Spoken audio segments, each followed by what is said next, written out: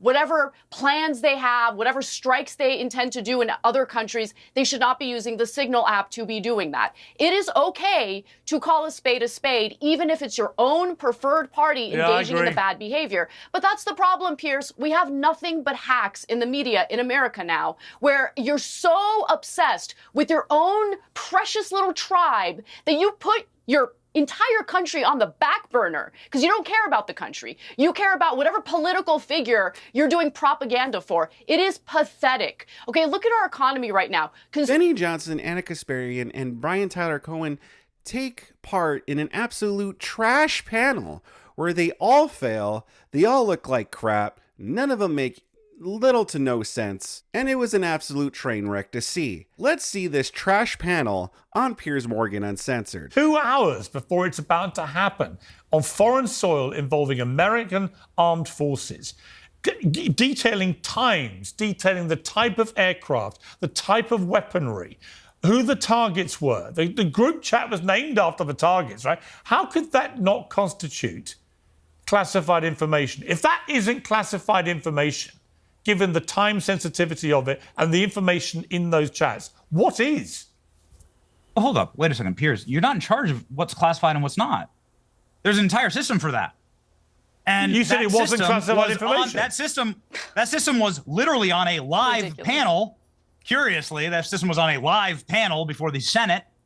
Secretary of the Secretary of Intelligence is going to be Tulsi Gabbard, right? DNI, she's going to be the one who states classification. And she said that there was no classified material in that chat. So just to be clear, you don't think... I don't know why it was so hard for me to come up with DNI. My apologies. That's okay. Probably because you're in DNI denial. There's another D. There's another D. You got me, Piers. It's DNI for denial. Self-denial is what you're in, Benny. Okay, let me put this to rest. If you think I'm going to sit here and state that it was somehow wise or smart for an individual to add Jeffrey Goldberg, somebody who's pushed and pumped every single Trump hoax, including but not limited to getting us into the Afghanistan, Iraq wars, hoaxes about the 51 intel experts, the suckers and losers hoax. If you think that I'm going to sit here and defend that and say that that was wise to do that, or that these conversations should have been had on Signal, I don't think they should have been, to be quite honest with you. I'm not going to defend that, right? Fair enough. What I am going to do is say that there's people in. I don't think that was smart. In what universe would it be wise to add the guy who ran the suckers and losers hoax to your group chat for Trump? Right. So in what universe? So my response would be, and it would be a question you would ask. Not wise. Right. Well, yeah, but my response to that would be, and I'll bring in the other panel members very shortly. My response to that would be, if it was the other way round, and this was under the Biden administration, you wouldn't just be saying it was unwise or a mistake. Oh, you mean? You would say. Oh, yeah, you mean? Hang on. I haven't asked you a question. You would say, hang on a second. The National Security Advisor for the United States of America added a journalist that hates Trump and the administration to a highly classified, probably illegal, because they're not supposed to do that on Signal, conversation about an imminent attack on foreign soil involving American military. You would demand that. It's illegal. Hang on. Here's the question. That's not up to you, pal. Here's the question. It's not up to you. Here's my question. Classification process. Here's my question for you.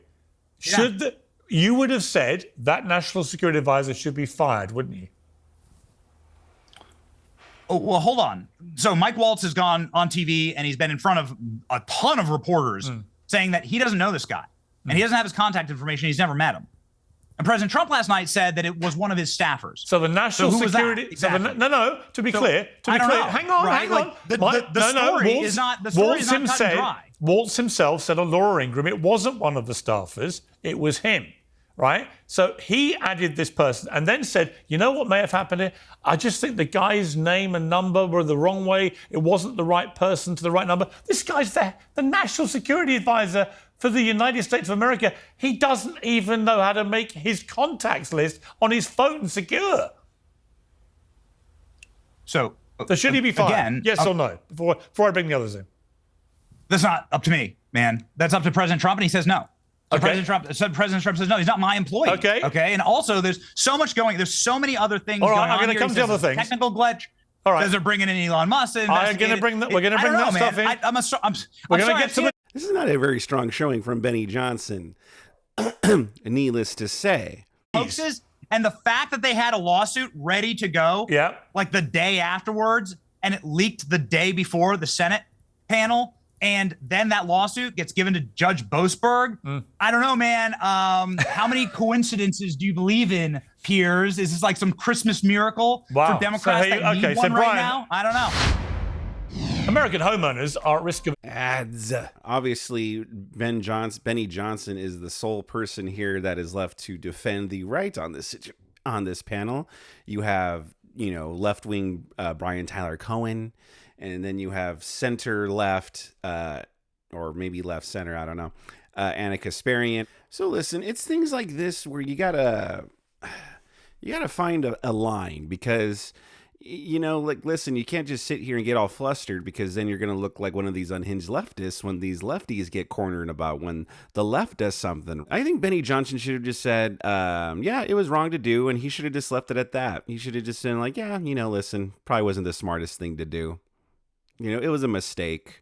Do I think he should be fired? No, but this was a mistake, and you know what? Yeah, it was a complete blunder. That's all he would have had to say. And then just shut up. Just shut up. Let me bring in Brian, because he'd be waiting with unusual patience, Brian. So it's a massive conspiracy theory, and he was deliberately added to this group for some nefarious reason. Is the new theory from Mr. Johnson? Yeah, I mean, look, it's all just, it's bullshit. Like Benny is just flailing because he can't accept reality right now, and he knows full well that if the tables were turned, he would be going on a scorched earth tirade about how all of these people should resign or worse, be prosecuted or criminally. What are we even doing here? Are you that much of a partisan hack that you can't just acknowledge? The problem is this administration is so incapable. Imagine Brian Tyler Cohen calling anybody a partisan hack. Taking the L, that they would rather just entrench and prolong these problems even more. Which I think is I think that's a good point, because Trump, that comes from Trump. Trump is on, Trump's told me, you never ever admit you lose at anything. You just barrel down. It's the Roy Cohn School of it's the Roy Cohn School of Management. It's that these guys they're so focused on ego, so focused on protecting their own asses, that instead of just being able to take the L, which by the way, people would respect a hell of a lot more than Pete Hegseth coming out and saying, I did not discuss any war plans, only for Jeffrey Goldberg to release the very next day a detailed account of exactly the war plans that he was releasing. Yeah. I mean, look. I know Pete. I like Pete. Even the Atlantic has changed their words and changed their story here. So this is my problem with this. You have guys like Brian Tyler Cohen wagging their finger, calling other people partisan hacks when he's guilty of all the same stuff. Like, if this were the Democrats that would have done this, Brian Tyler Cohen wouldn't have admitted that there was anything wrong done. And by the way, it's not just Donald Trump that doesn't admit when he does wrong. No one in politics admits when they do wrong. Nobody apologizes, left or right. How often do you hear a politician come out and be like, yeah, you know what? I did this and it was wrong. This was the wrong decision. Nobody does that. Oh, now it's an attack. It's an attack plan. It's not a war plan. Well, what would you call this? What would you call this? Look, all of this hinges on Benny, I'm going to bring Anna in here, because she's not a chance to speak yet. Piers, am I just here to look pretty? I'd like to I'm going to come to Anna. I'm going to read you, first of all. I'm going to read you one of the things that Pete Hegseth says was not a war plan. Weather is favourable, just confirmed with CENTCOM. We are a go for mission launch, 2:15. Strike drones on target. This is when the first bombs will definitely drop. If that's not a bloody war plan, what is? What is? I'm not going. Anna. I'm not going to defend adding Jeffrey Goldberg to this chat. I'm not defending that. I'm asking Anna. But you did, Benny. The first thing you did was engage in whataboutism. It's a war plan. That's the first thing you did in an effort to provide cover for this obvious, massive, colossal mistake and error that was made by members of the Trump cabinet. Let's just keep it 100. Look, Brian is correct. in calling out the hackery that is going on in the media right now. Depending on which party, the member of the media is supportive of, they're going to provide cover for bad behavior, but immediately change tune when it's a member of their own party or preferred party engaging in the same activity. Fact of the matter is, what Hillary Clinton did with her email server was wrong. We condemned it at TYT. I continue to condemn it today. I wonder if that's true, because her and Cenk both always say, we condemned it back then. And then you look and it's like, yeah, maybe they said a thing or two, like, oh yeah, that wasn't cool. And then they move on. But, especially like, listen, maybe nowadays Anna Kasparian's more willing to come down on her party, the donor class. Like maybe nowadays she's more willing to come down on her own party. But back then that she's talking about back in 2016 and all that stuff. Yeah, no, ultra left Anna.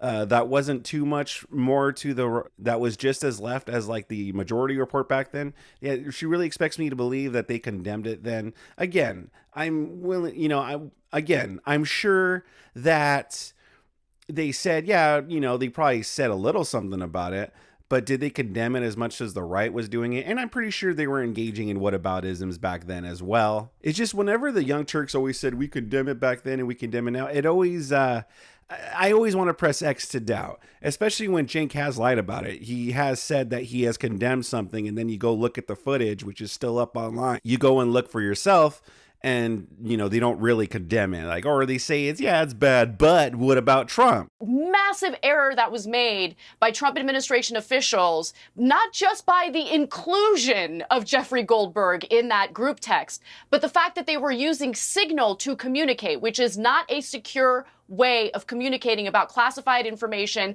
Whatever plans they have, whatever strikes they intend to do in other countries, they should not be using the Signal app to be doing that. It is okay to call a spade, even if it's your own preferred party engaging in the bad behavior. But that's the problem, Piers. We have nothing but hacks in the media in America now, where you're so obsessed with your own precious little tribe that you put your entire country on the back burner because you don't care about the country. You care about whatever political figure you're doing propaganda for. It is pathetic. Okay, look at our economy right now. Consumer sentiment down the drain. Okay, Federal Reserve is not lowering interest rates further because of the fact that there's a lot of uncertainty in our economy that's going to negatively impact households. Inflation continues to be sticky. We have so many serious issues to deal with, and we're never going to come up with a damn solution because we have two sides that are covered by two, hack groups of media figures who provide cover for failed solutions to very real problems in this country. That's the real issue here. Yeah. Okay, and I'm not interested in the whataboutism.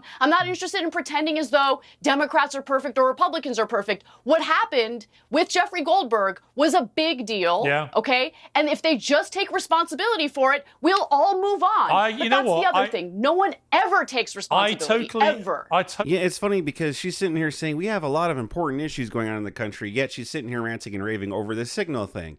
I mean, wouldn't you say with all the problems going on in this country, wouldn't you say the Signal incident is kind of on the low end? Wouldn't you say that by your own admission here? I mean, I don't, again, I'm not saying that, that mistake wasn't a mistake. Absolutely, it was a mistake, and I'm admitting that.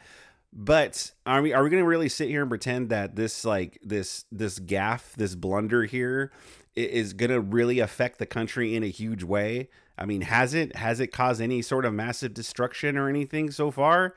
As far as I know, no, it doesn't. No, it hasn't. And I don't think it will. And in terms of partisan hacks, like Anna Kasparian is also a hack as well. Like she wants to say like, well, we have to do what's good for this country, blah, blah, blah. But I mean, listen, I don't watch the Young Turks every single day. But I'm curious to know that if Anna Kasparian, whenever the Trump administration does do something good, not just something she agrees with, okay, but does something good, like for instance, they want to take away income tax for people below a certain income level. I wonder how she thinks about that. Is she going to praise Trump or the administration for doing that? What about all the funding that they found? That's the wasteful, bloated spending that's going on that they're cutting. Is she going to praise that? Or is it because it's not her solutions, the things that she thinks needs to be done? Like, I don't know, giving out socialized health care or legalizing smishmortion or something like that. If she thinks that, oh, yeah, this is not good stuff. Said it was a mistake. Trump said agree. it was a mistake. Trump said it was a mistake. I've said it was a mistake. Many people on the many people in the chatosphere Benny, has you said started this. off. Benny, You couldn't even bring You yourself started to off not with do Hillary what Clinton. no What are you going to bring up adding from Jeffrey decades ago? You're going to bring up Goldberg other stuff. There's no defending adding Jeffrey Goldberg. The entire argument that everyone on this panel is making, I'm perfectly happy to fight all of you, is that they shared classified information. The administration says, no, you're not the arbiters of that. That would be what the entire case hinges on. That would be what all of the controversy hinges on. And so you're going to have to specify the classified information. Why don't you just do it out in public? It's not classified. We know that just do it on hang on, X. hang on. Let's all read We know the that Joe exchange Biden had as it's happening in real classified time. Okay, It's not Benny, classified. hang on. Classified. Time out. As I said, had classified information Benny, in his garage Benny, next to his Corvette. Benny, Hillary Clinton had Benny, classified information. That's what was determined Benny, I get by it. an investigation. I just cannot think of anything that could be more highly classified than to actually be discussing war plans for an imminent attack on foreign soil involving American military. To me, it's indisputably highly classified. Otherwise, what else is? Especially in front of a journalist that hates you. Especially in front of a journalist that hates you. I hope that they find the person that added Jeffrey Goldberg and then that they fire him. It was Mike Because Wolf. I just think it was Mike Wolf. I can't imagine a stupider. I can't imagine a worse thing to do. I'm not going to defend that. Okay. Everyone knows that. All right. It's a mistake. That's a terrible mistake. But we know who it was. I mean, Brian, let me bring in Brian. We know from the screen grab. It says added by Mike Waltz. And by the way, Mike Waltz clarified last night on Laura Ingraham, it wasn't a staffer. Brian, your final word on this, then we're going to change topic. Look, again, I just want to dig into one misnomer that Benny is putting forward, this idea that it wasn't classified and so it's okay. This is some clever little trick that Republicans and Trump are trying to do. Trump is the ultimate classification authority. So he thinks that if he can just come forward and say, well, I'm declassifying it, then that will absolve everybody in retrospect. But they know full well that this kind of material, when you are talking about an imminent attack prior to it happening, notwithstanding the fact that Jeffrey Goldberg was there, notwithstanding the fact that it's on an unsecured app, but of course, by nature, this stuff is classified. And again, if Benny didn't have his head so far up the Republican Party's ass, he would be able to recognize that if somebody with a D next to their name was doing the exact same thing. Well, to be fair to Benny, I'm not really. To be fair to Benny, he said but it was a big mistake. Yeah. He said that there should be accountability. He's not tried to shirk away from that. He simply questioned whether we are the right arbiters for what is classified information. It's a reasonable point. The question will be, will there be a proper investigation to get to the bottom of it? I think it's indisputable. But let me try something. Piers, please let me respond to that. Yes? Sure. Okay. So, Brian, you're not in charge of what's classified and what's not. Now, I'm perfectly happy to let all that play out. Let's fine. Do an investigation. Figure out what's classified and what's not.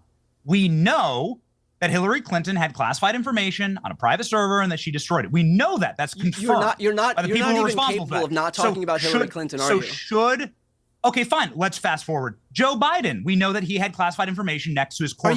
Are you able to recognize the issue right in front of us instead of talking about previous Democratic presidents? Answer me the question. Is it wrong? Is it wrong for Hillary and Joe to do it?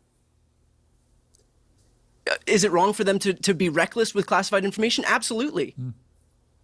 Yeah, we go. It's not that hard. Okay. It's not that hard to take accountability for when somebody fucks up on your own side. Okay, should something have happened to them?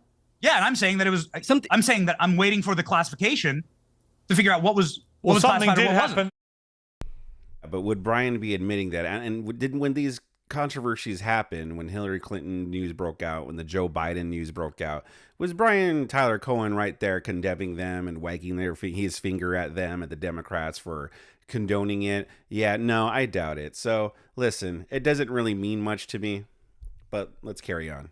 People who are responsible for that are saying that this wasn't something did happen to both of them. They both lost elections. And Signal. Well, hang on. They both Signal lost elections. They both lost elections to Donald Trump soon after they were embroiled in classified information issues. Anyway, let's change tack. Anna, let's talk about the first 3 months nearly of Trump's second term. It's been very Trumpian, very sort of chaotic on one level. Other people see method to the madness. I'm kind of one of them. I think there have been some clear wins. What's happened on the border is borderline, for want of a better phrase, miraculous.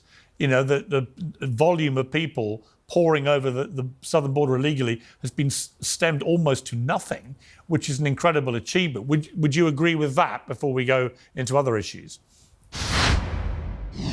I don't. Dang it, Piers. You and more of your ads, and you have to do it right before we hear. Right, you have to leave us on a cliffhanger, don't you? If you're enjoying this so far, smash that like button. If you got anything to say, leave a comment in the comment section below. Let's continue. Let's see what Anna has to say. Let's see if she gives Trump any credit, or let's see if she is also a partisan hack. Well, I certainly think his actions, some of which, by the way, were massive mistakes, including the deportation of legal immigrants. But I think those actions and the rhetoric coming from the administration, of course, is going to discourage people from attempting to cross the border. Do you accept his words? The lower volume of that has certainly worked, yes. Right. And look, what's mirrored by your comments is what you see in the polling. You know, the one area in which Trump continues to do quite well is the area in immigration. So I think the American people overall have been giving him pretty high grades on immigration, despite the fact, I personally have had a few issues with innocent people, including, again, American citizens getting rounded up in this mess. Yep, partisan hack confirmed. See, again. Again, she can't give him any credit. She's just saying, well, the people seem to be thinking it's good. I personally don't, because there are legal citizens getting rounded up. Yeah. We went from 10 million people crossing the border since Joe Biden took office. Millions of people crossing the border to almost down to none. That is quite an achievement. But of course, because there have been some legal citizens that were rounded up by mistake, well, then therefore, terrible. So yes, this is what I'm talking about with Anna Kasparian. She also is tired of this hackery and stuff, but she is also like a hack in her way of her in a way herself. She's not impartial. She can't just see, well, this is overall a net good, even if there have been some errors made. She has to look at the few errors made and be like, well, it's not good.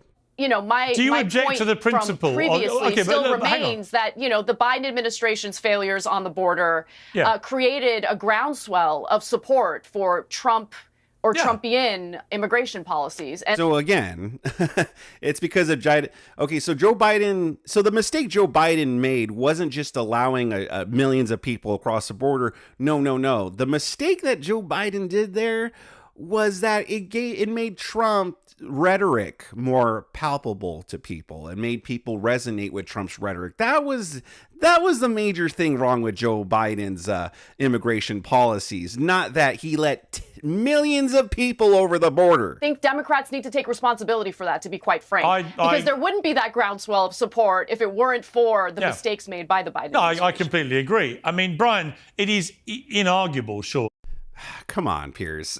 No, Piers let her off too easy. Too easy. That they have brought the southern border crisis, which is what it was, under control.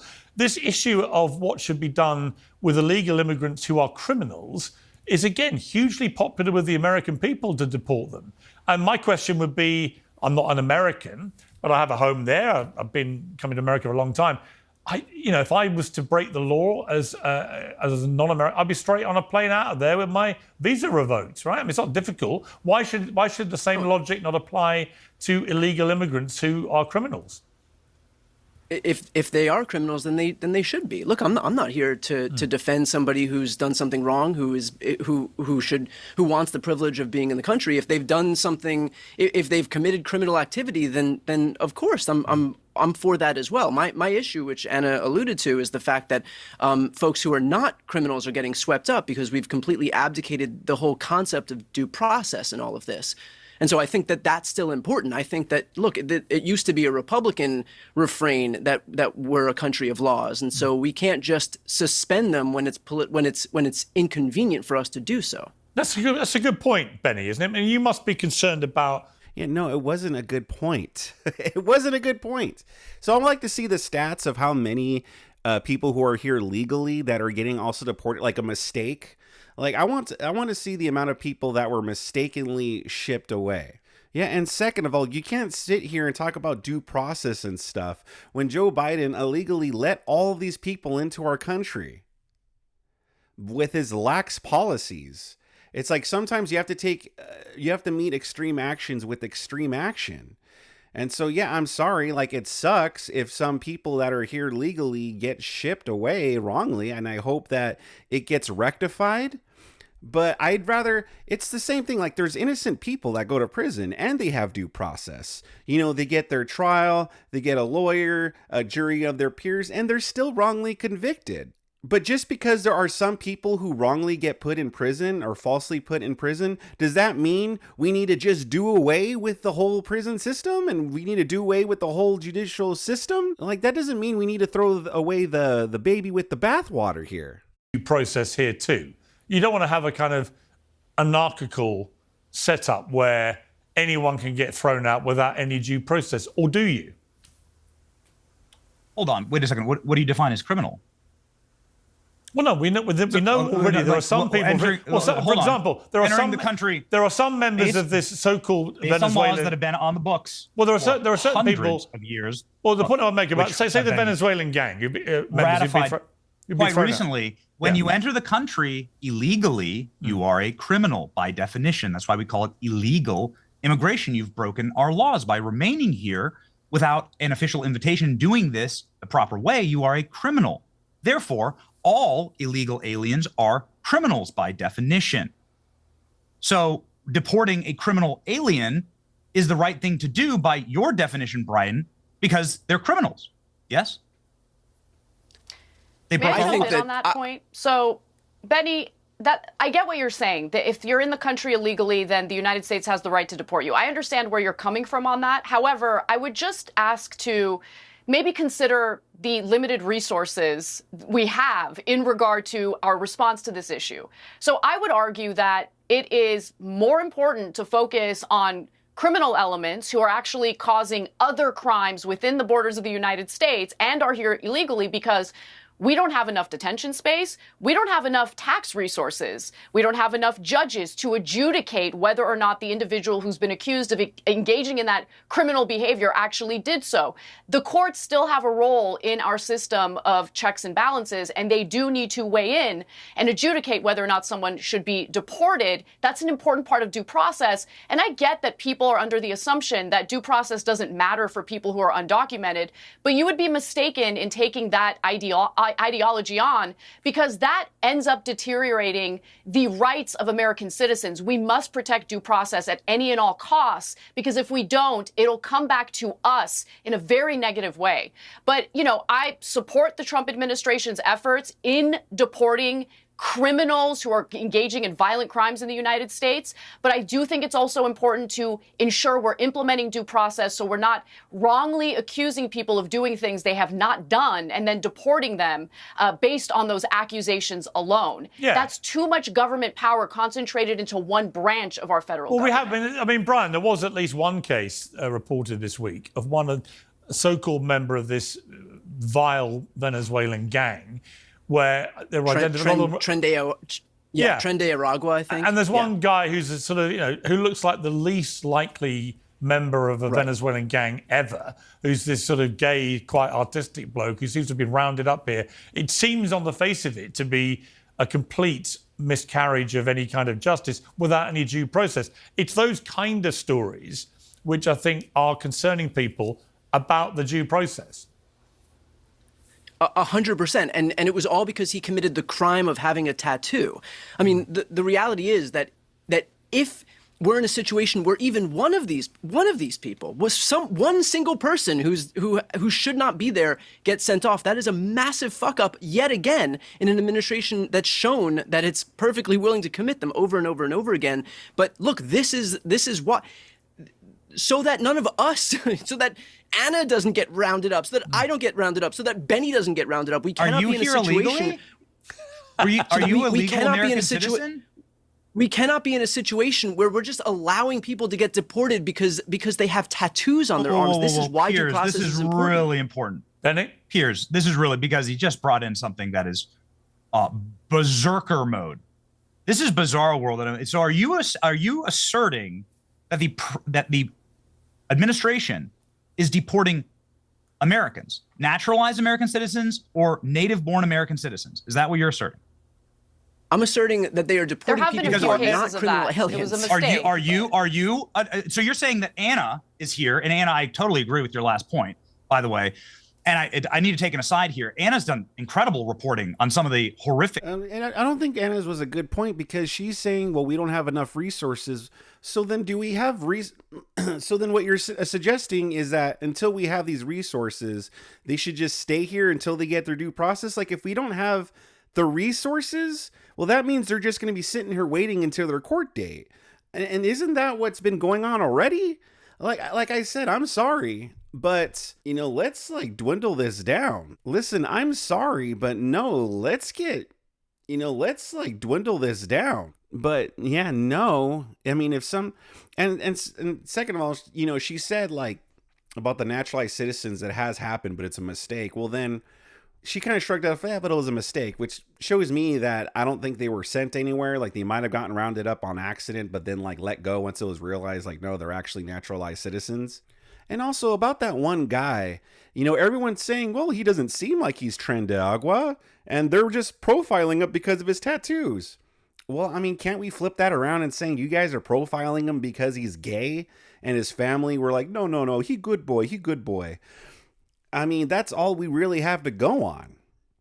We actually don't know, none of us actually know whether that guy is actually a part of Tren de Agua or not. We're just going by what his family says, and of course his family's going to sit here and be like, oh, no, good boy.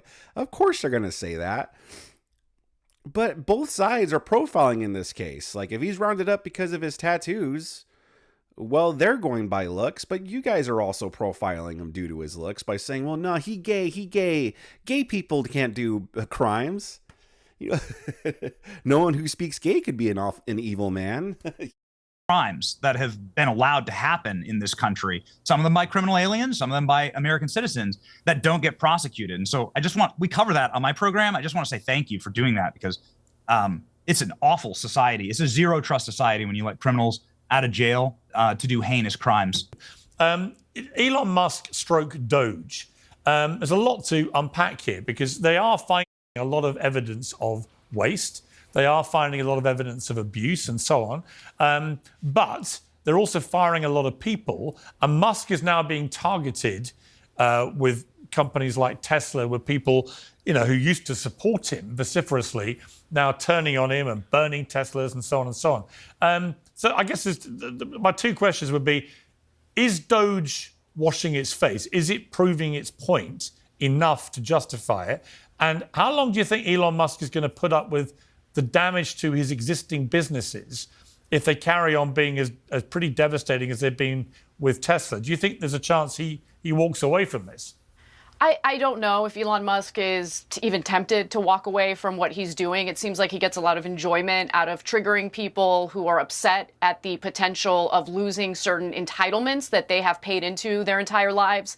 The Social Security Administration is really suffering right now, and we're talking about the entitlement program that working Americans paid into their entire working lives, and now recipients of Social Security are unable to get a live person to talk to if they haven't received their Social Security check. 7,000 people were fired, and 10 field offices for the Social Security Administration were shut down as a result of Doge's actions. And I see this as a roundabout way of dismantling an incredibly popular, wildly popular government program that Republican voters absolutely love, without having to even pass a single piece of legislation. So this is the Trump administration's way of dismantling it without having to deal with Congress. This has been considered the third rail of politics because of how popular Social Security is. If they either privatize it, shut it down, or essentially take away these entitlement benefits from Americans who paid into the system, there will be hell to pay for the Republican Party, not just the Trump administration, likely for decades to come. they're really playing with fire on that issue. We'll see what happens. But the final thing I'll say is I condemn anyone who engages in any violence, including burning, firebombing Teslas, attacking people simply because they drive Teslas. People who do that are absolute scum, and they're counterproductive to the peaceful protesters who have been, protesting outside of Tesla dealerships or whatever. They have every right to do that. And those people are not the same as the scummy individuals who are causing real violent acts and damage to, these dealerships. Okay, before I come to you, Brian, Benny, on Elon Musk, he's doing this for nothing. He doesn't need to do it. He clearly enjoys it. He's sort of reveling in it to a degree. But purely from a optics point of view, if you were him, are you going to keep at this or are you going to walk? Well, I don't know Elon Musk, but you are pretty clear in what you can see is his thinking, because he says it every single day on X. He sort of lays out why he's doing this. He sees this as saving the American economy, which of course he is intricately connected to, and companies would not exist without.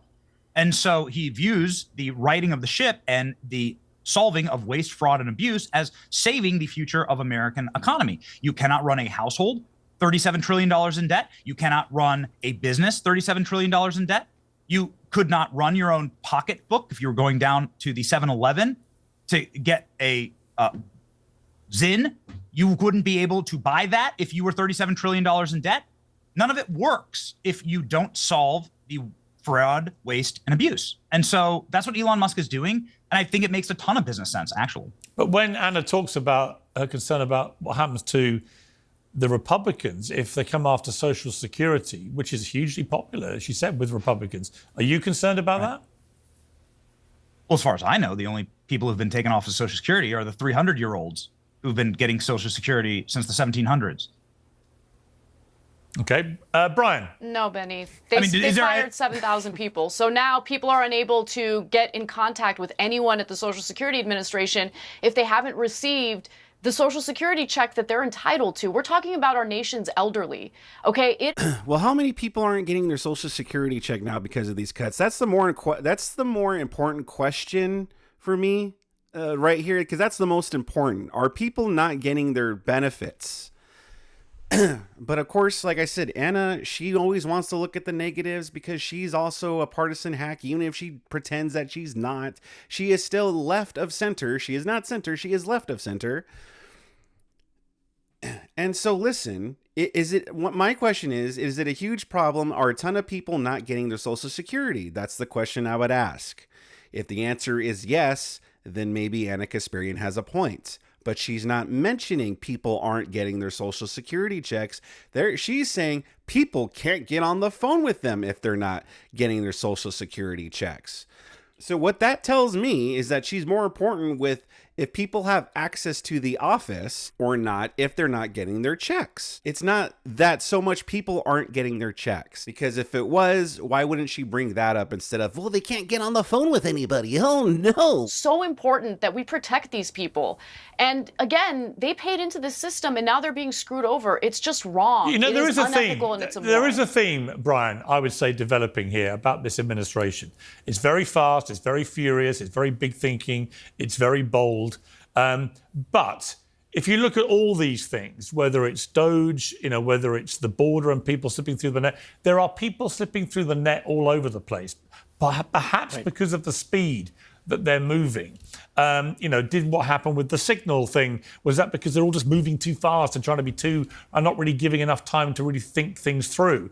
That would be my observation. If I was talking to Trump now, I'd be saying, maybe just slow the horses down a little bit to make sure that as you roll out these very, very big things, you're not letting Americans who don't deserve it slip through the net, either being deported wrongly, losing Social Security wrongly, being fired wrongly, etc.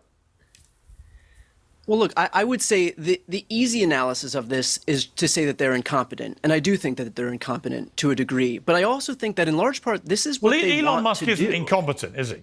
I mean, let's be clear. He's one of the most brilliant minds in America. Which brings Which brings me to my second point is, in large part, this is what they want to do. I mean, they'll trot out their talking points, and Benny brought out one of these things that, they're looking to just get the debt under control.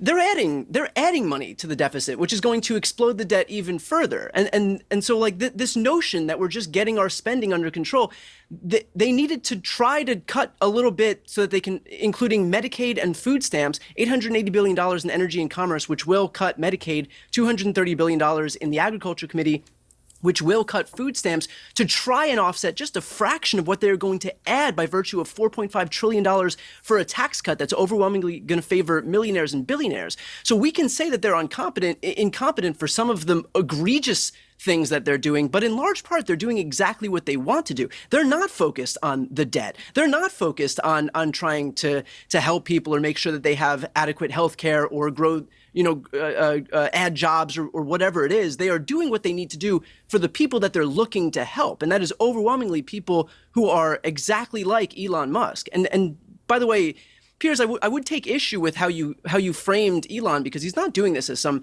benevolent, patriotic figure. Well, he's not being He was paid. under investigation.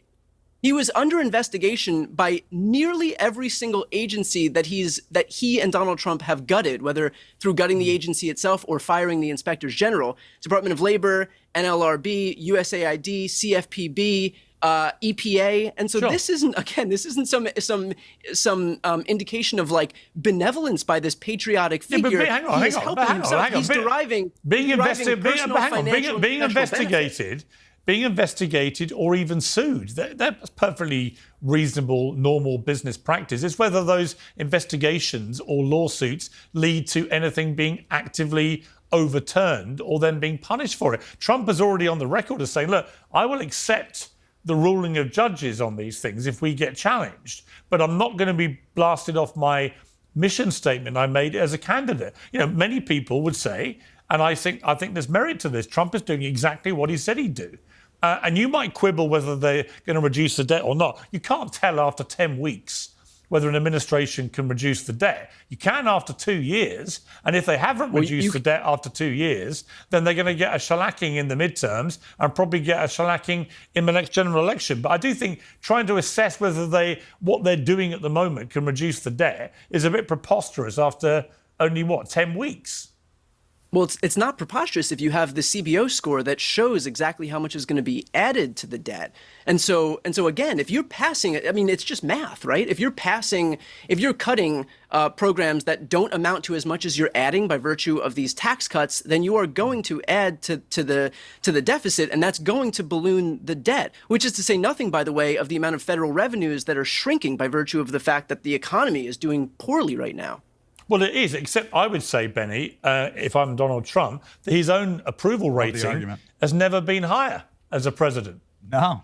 I mean, it's never been higher. So the Democrat Party's approval rating has never been lower. The Democrats are at record lows, right? So Americans do not want to hear a word from the Democrats. They're done with them. They're done with the woke stuff. And they're actually pretty broadly supportive of Trump. Which is, I mean, if you're Trump, you're probably saying, I hear all the squealing. I don't care. I've got a mandate. I won everything in the election, and I'm going to deliver exactly what I said I'd do. And it might take him a bit of time, but I'm a little bit more patient about this. I think I do see methods of the madness. I do see the border being sorted. I do see an attack on government waste as being very popular with the American people, and so on. So I just think it's too early to say this is all not going to work. Demonstrably, some of it is working and is popular with the public. Here we go. The tracker right here, $130 billion in savings. That's $1,000 in savings per American household. Right there. That's what Brian says is adding to our deficit, which is that the same crazy tracker talk. where they noted that $8 billion were cut when it was actually $8 million were cut? That the same tracker that they started taking credit for cuts that were made during the Biden administration? Just wanted to check if it's the same exact tracker that we're talking about here. Brian's stance here is that we should raise taxes. And I want him to carry that My forward. stance is that we should raise taxes. All I'm pointing out is that the tracker higher taxes. And I've said this before, and I'll say it again, Brian. I want you to run for DNC chair. Okay, maybe you could take Harry Siston's job, all right, as the #1 DNC influencer, since he's getting canceled right now. You could take Harry's Benny, job. You could work with David Hogg, and you can run on higher taxes for American. And you can say that $37 trillion in debt is okie dokie to me. That's what you can do. And you can burn a Tesla dealership down while you're at it. If you think debt bring that is message bad, to the American people. I want you to do it. If you think debt is I want you bad, to do it. How do I make it happen? If you think debt is bad, how do you answer for the fact that we are adding debt that based on the CBO score, we're adding debt, and your deity, Donald Trump, added $7.8 trillion to the debt during his first term? Where are these fiscally conservative Republicans? Yeah, I don't want anyone to add anything to the debt. The vast majority of that came during COVID. We all know what a bizarro time that was. And I don't think that anyone's trying to defend that. Donald Trump has proven time and time again, he wants to cut government spending and cut efficiency, cut government spending, add efficiency, and cut our deficit. The deficit is a killer. You cannot run a household or a business when you are in debt. When you're spending $4, you take in $1, you spend $4.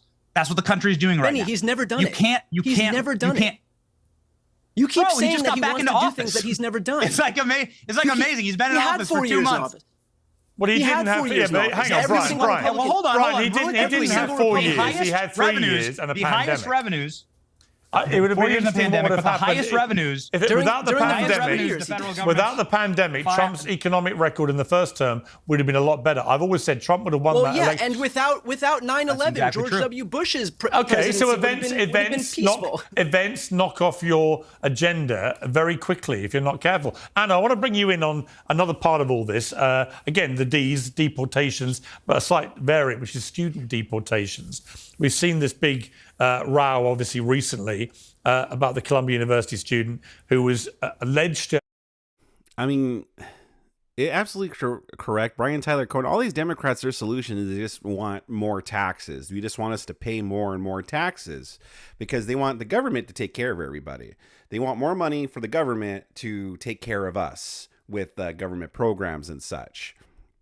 And so that's why they get upset when there's all this spending cutting because, oh my God, but my programs, my government programs. Who's going to take care of us if we don't have money in these government programs? Well, how about you take care of yourselves? If you have more money in your pocket, you could therefore pay for yourselves. And then you won't have to do things like raise the minimum wage or depend on socialized health care or, go on welfare and stuff like that.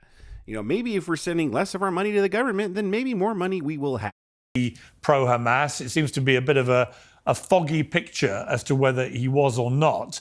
But this principle of deporting students for their political allegiances or views, where do you sit on that? Bernie Sanders says this is not democracy. You can't exile political dissidents, not in the United States.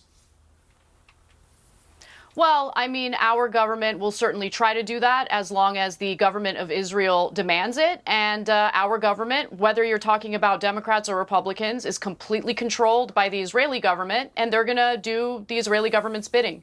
That's what this is really about. That's all it is.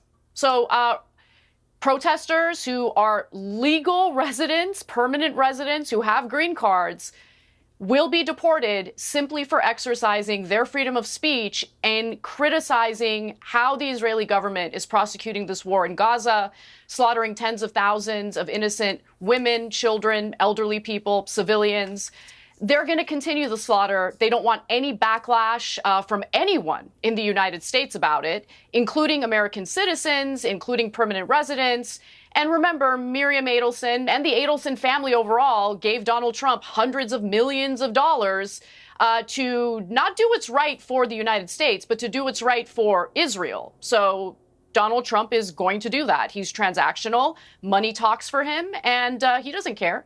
He'll go ahead and revoke green cards and deport valedictorians, students who have been in this country since they were 7 years old, were valedictorians in high school. But God forbid they ever ding or criticize the Israeli government, because that's when they'll become a target. What if they actively support? What if they actively support Hamas? Look, I despise Hamas, and it disgusts me that anyone would say anything positive about Hamas. But our freedom of speech indicates that we are allowed to even be supportive of the KKK, be supportive of Nazis, be supportive of terrorist But that groups. applies to American naturalized citizens. If you've come in on a green card, right? If you say on your green card you support a organization that is a prescribed terror group in the United States, you don't get your green card. That is the argument Marco Rubio made. I thought it was quite a good one. I mean, I haven't got a green card, but I have a visa. And they're very stringent about all these kind of things, right? If you aligned Visas yourself and green cards with a terror Piers, group, you know that. If you aligned yourself with a terror group, you wouldn't get in. So why should you stay in? Well, is my visa point. and a green card is hold on, Piers, hold on. Visa and green card is different, as you know. Course, yeah. Someone who's a permanent legal resident is, it's like one tiny step lower than a naturalized citizen. And the point is, whatever allegation the Trump administration is making against these green card holders, it needs to be adjudicated by a judge. Again, it goes back to the issue of due process. If you guys are comfortable with an executive branch official, simply one person unilaterally deciding without any due process that someone has done something wrong and now their green card should be revoked, I think that's setting a really, really bad and dangerous precedent. Again, that concentrates too much power among a very small group of people, and I think people deserve due process. Have a judge weigh in and determine whether or not this person is actually a threat to the United States or our national security, and then make that decision. But Benny, for some reason, they don't want to do that. All right, Benny, Trump has banned the AP from the White House, refusing to rename. I do agree with her there in the case of this gentleman with the green card. Well, I mean, first of all, green cards aren't unrevocable. You can revoke a green card. It doesn't mean that you can revoke a green card. So yes, while they're different than visas, they're not something that you can't take away if they're not obeying certain laws and such. With that said, though, if he has a green card, if he is a citizen, then yes, I do also agree that he deserves, this isn't the deportation and stuff. I mean, he's not an illegal citizen. He is an actual citizen. He has a green card. I do think he does deserve some due process. But with that said, again, we don't know the charges that this dude is under. We don't know what he's being charged with. But I wonder how Anna would feel if there were a bunch of, let's say German people over here, right? And they were promoting, Nazi propaganda, and they were being anti-Jewish, and they were sitting here agitating people here on behalf of German Nazis, of Nazi Germany, and let's say the leader of that would have gotten arrested for it. Or let's say if it was the KKK, let's say they were out in colleges, promoting their rhetoric and stuff. And one of them was here on a green card, and they got it revoked. I wonder if Anna Kasparian, how she would feel about that. That's something that you got to ask yourself. There's all these people that are falling into, oh, poor Palestine, and Israel evil and such. There are a bunch of people falling into that propaganda, and I've seen some of the propaganda. They're good at propaganda. They put up videos of bodies of children and stuff like that, and it rules on emotions and it tugs at your heartstrings. So of course people are gonna see that and be like, oh my God, these poor children, Israel evil now. Listen, no one wants to see dead kids. No one. That's horrible. It's horrific. Bottom line is it's propaganda. I'm not saying, by the way, that it's propaganda, that it's lies. I'm just saying that it's propaganda to manipulate you into picking their side over Israel. And so I'm pretty sure Anna Kasparian, her being lefty, she probably falls in line more with the Palestinian side. So I'm pretty sure that's influencing her thing about, well, they deserve due process before they get shit back. So again, if there's anyone here on a green card promoting any other ideology that Anna disagrees with, I wonder if she would feel the exact same way, or she'd be like, nah, kick them out. Kick them right out. But what did you guys think about this panel? I mean, I thought this was just such a joke panel, all in all. I don't think anyone here impressed today. Brian Tyler Cohen fails as usual. Anna Kasparian, again, some people might say, she's base, but no, I don't think so. She's also just as much of a hack as all these other people. She is still left. Just because she is closer to the center than, say, Brian Tyler Cohen over here, it doesn't mean she's still wrong about a lot of stuff. And then Benny Johnson, of course, he's supposed to be our voice on this panel, but even he failed. I don't think he did a great job of arguing his points. I think he was pretty hacky on here as well. But what did you guys think about this? Sound off in the comment section below. Who do you think was at least most correct in this panel? Sound off in the comment section below. Smash that like button if you enjoyed this. And if you really enjoyed this, please consider subscribing to my channel. I got more Piers Morgan panels. I got more of Anna Kasparian, Benny Johnson, and even a little bit of Brian Tyler Cohen for you, if that's your thing, that you could click on and enjoy.